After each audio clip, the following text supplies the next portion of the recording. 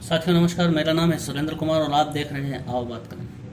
दोस्तों, आज हम बात करने वाले हैं हमारे देश में पिछले दिनों एक आविष्कार हुआ है। हमारे देश की राजनीति में एक आविष्कार हुआ है जिसमें भारत देश के विपक्ष ने इंडिया का आविष्कार किया है। जी हाँ, जैसा कि आप सभी जानते हैं कि पिछले दिनों भारत देश में 2024 के चुनावों को मद्देनज़र रखते हुए भारत के विपक्ष ने संगठित होना शुरू कर दिया है। उन्होंने अपने गठबंधन का नाम, जो पहले यूपीए हुआ करता था, उसे बदलकर उन्होंने इंडिया कर दिया है। हम यूँ कह सकते हैं कि भारत के कुछ राजनीतिक दलों ने मिलकर एक नए इंडिया का निर्माण कर दिया है और उस नए गठबंधन का नाम इंडिया रख के वे बड़े खुश हो रहे हैं। उन्हें लग रहा है कि उन्होंने सच में ही एक नए इंडिया को जन्म दिया है। और साथ ही साथ में जैसे ही उन्होंने इस बात की घोषणा की कि उनके गठबंधन को जब उन्होंने इंडिया नाम दिया तो उनके समर्थक इतना उछल उछल कर उसका प्रचार कर रहे हैं, सोशल मीडिया पर पोस्ट शेयर कर रहे हैं कि हम तो इंडिया के साथ हैं, हम तो इंडिया के साथ हैं, जिस इंडिया से नफरत हो वो पाकिस्तान चला जाए। हम राष्ट्रवादी पाकिस्तान जाते हैं, लेकिन पाकिस्तान जाकर हम जो दिवाली मनाते हैं वो पाकिस्तानियों को पसंद नहीं आती है। इसलिए पाकिस्तान खुद डरता है कि हम लोग वहाँ ना जाएं। और ये जिनके पूर्वज क्रांतिकारियों की और राष्ट्रभक्तों की मुखबिरी करते करते मर गए, ये हमें पाकिस्तान जाने की सलाह देते हैं। यूपीए के इस नाम को लेकर मेरे मन में जो विचार चल रहे हैं वो आज रखना चाहता हूँ।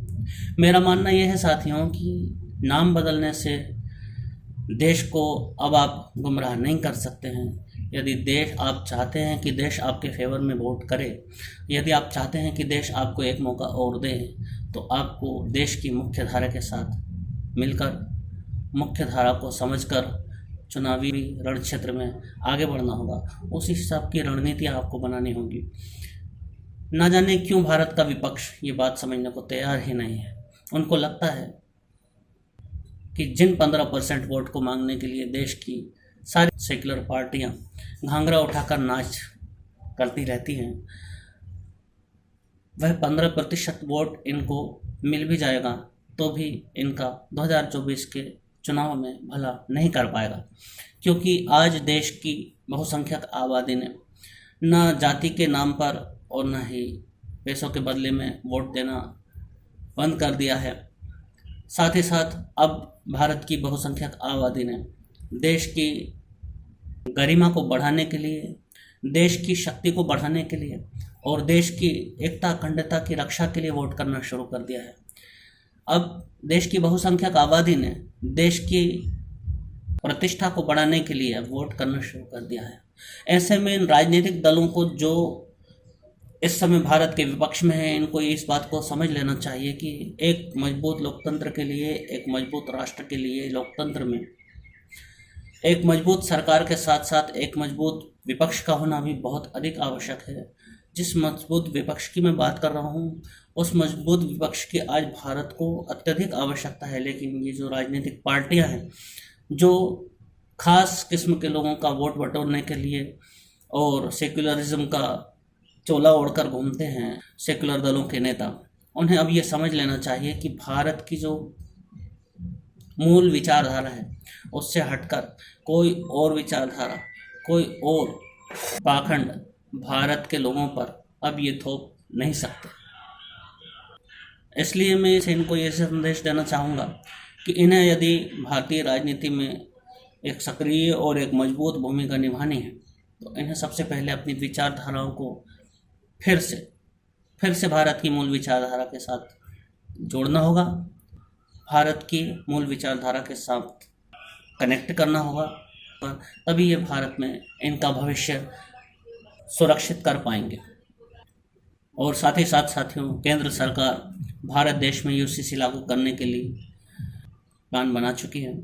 उस यूसीसी को लागू करने में सरकार की मदद करें, यूसीसी का ड्राफ्ट तैयार करने में सरकार को सुझाव देकर सहयोग करें और जब ये यूसीसी का बिल संसद में पेश हो और पेश होने के बाद जब पास हो और पास होने के बाद जब इसे धरातल पर उतारने के लिए सरकार प्रयास करे तो पूरी शक्ति के साथ सरकार के साथ खड़े हो जाएं। मैं आपसे ये अपील करूंगा कि जो लोग भारत की मूल विचारधारा के विरोध में हमेशा उठने वाली आवाज़ को बल देने का काम करते हैं, वे लोग पहले से ही सक्रिय हो चुके हैं। और चूंकि हमने जिस कार्य के लिए इस राष्ट्रवादी सरकार को चुनकर 2014 में भेजा था, वह सारे कार्य ये राष्ट्रवादी सरकार अच्छी तरह से करती जा रही है। लेकिन ये जो यूसीसी जिसके बारे में भी चर्चा चल रही है, ये हमारे देश की सबसे बड़ी समस्याओं में से एक है, जिसका निराकरण करने की कोशिश इस 2024 के चुनाव से पहले भारत सरकार करने जा रही है। तो साथियों, मैं विपक्ष में बैठे हुए उन राजनेताओं से भी आज ये अपील करना चाहता हूँ कि जो यूसीसी का ड्राफ्ट केंद्र सरकार तैयार करने वाली है, आप चाहे किसी भी पक्ष के, किसी भी राजनीतिक दल के नेता हों, किसी भी विचारधारा को मानने वाले हों, किसी जगह से संबंधित हों, आपके वोट बैंक कोई भी हों, लेकिन यदि आप इस ड्राफ्ट का समर्थन करेंगे तो ये समझ लीजिए कि आप भारत देश का समर्थन कर रहे हैं, भारत देश को मजबूत करने का काम आपके द्वारा हो रहा है। और यदि आप इस ड्राफ्ट का समर्थन नहीं भी कर सकते हैं तो कम से कम विरोध में वोट ना करें, इसी आशा के साथ कि आप यूसीसी का समर्थन करेंगे, उसे धरातल पर लागू करवाने के लिए सरकार के और सिस्टम के सहयोग में कंधे से कंधा मिलाकर खड़े होंगे। विदा चाहता हूँ। नमस्कार।